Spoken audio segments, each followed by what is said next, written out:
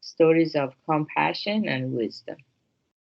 And today's story is number 33, on self-destruction. How foolish we human beings are.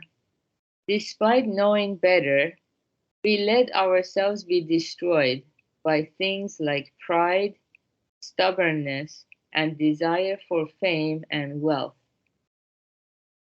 Yeah, very short passage, but so powerful, especially for people who do a lot of self reflection and they're very honest with themselves as we move on the spiritual journey, moving towards the mirror of Dharma. Our image gets reflected in this mirror just as we are without any deviation from the reality. And yeah, we begin to see how foolish we are. Foolishness is the third major blind passion. It's basically not understanding the law of cause and effect in its entirety. Yeah, maybe we understand the law of cause and effect to some extent, especially when good things happen to us. We are very quick to give ourselves credit. Oh, yeah, I did a lot of good deeds. That's why I'm getting all these good effects. So that part, nobody has trouble accepting.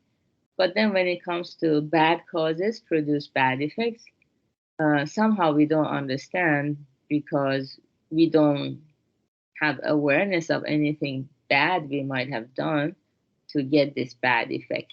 So everybody thinks they're a very good person. So we get surprised or shocked when we experience some bad effects. And then because we don't attribute it to ourselves, we don't think it's something from us that has brought this bad effect.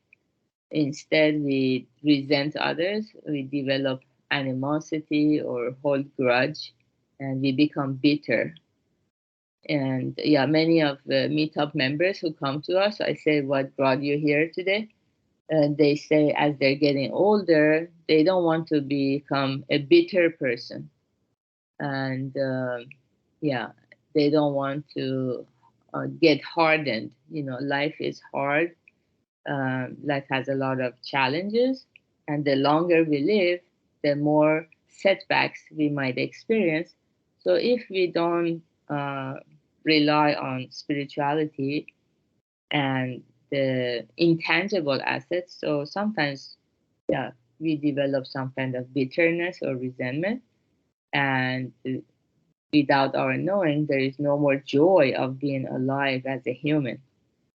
So, yeah, and even though we know if we are too prideful, if we are stubborn, it's gonna set us apart from other people. It will alienate people around us. We know this in theory, and we know how uncomfortable it feels when someone is bragging so much about their so-called success, or um, they set themselves apart and they want to feel superior to others. We know that it's not a good feeling for other people to be belittled. And yet, sometimes when we are at the height of success, we do this ourselves. And yeah, so that's the benefit of leading a spiritual life. We gain more and more awareness of our tendencies for planting these seeds of unhappiness. And then stubbornness. So, sometimes we might get into an argument or there might be a conflict between two people and there might be some friction. All we have to do is face our stubbornness, confront our stubbornness, and initiate an apology. We can say, "Oh, I'm sorry, what I said to you was a little insensitive or quite insensitive, and I apologize. I will be more mindful next time." Then the other person is more likely to calm down as well. That's all it takes. Just to initiate a little bit of humility and apology, fighting with our own stubbornness. Yeah, which is not easy to fight with ourselves. Yeah, but actually, the happiness we gain, because this happiness comes totally from inside out when we can overcome our stubbornness, our pride, and initiate an apology and then enjoy harmony. Yeah, because the other person, even if they're in the wrong, they need to have the cause and condition to have that awareness or insight. Uh, they have their own pace. We have to let it unfold at its own pace. We cannot force things to happen because the law of cause and effect is the universal law. Yeah. So if we understand we have this blind passion of foolishness, which is not understanding cause and effect deeply, so naturally, constantly we listen to Buddhism to deepen our understanding of cause and effect and fight with our own stubbornness. So our enemy is not somewhere out there, it's internal. And also our desire for fame and wealth. So that's another major blind passion is the desires. So because we are made of desires, just like a snowman is made of snow, um, we constantly get carried away by the strong yearning for fame, popularity, or uh, possessions and money. So if we are aware of it, we can constantly fight against it and choose the middle way.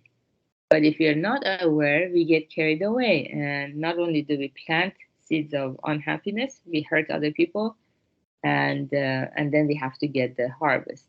So this is why it's called self-destruction. All we have to do is do the opposite. Opposite of desire is giving to others, spending time with others, listening to their stories, doing activities together, make it benefiting ourselves by benefiting others. And for antidote for pride and stubbornness is to make the effort to discover good things in others too, not only be full of our own success or happiness, but let's open our mind and see the good things in others and commend them for it. Then naturally, we can follow the middle way harmoniously and enjoy our own headspace.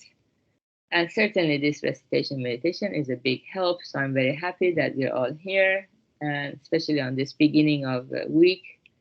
So have a beautiful Monday. We will have the Right View Lab at 8 p.m. Pacific time. Okay, take care, everyone. Bye. Okay, thank you.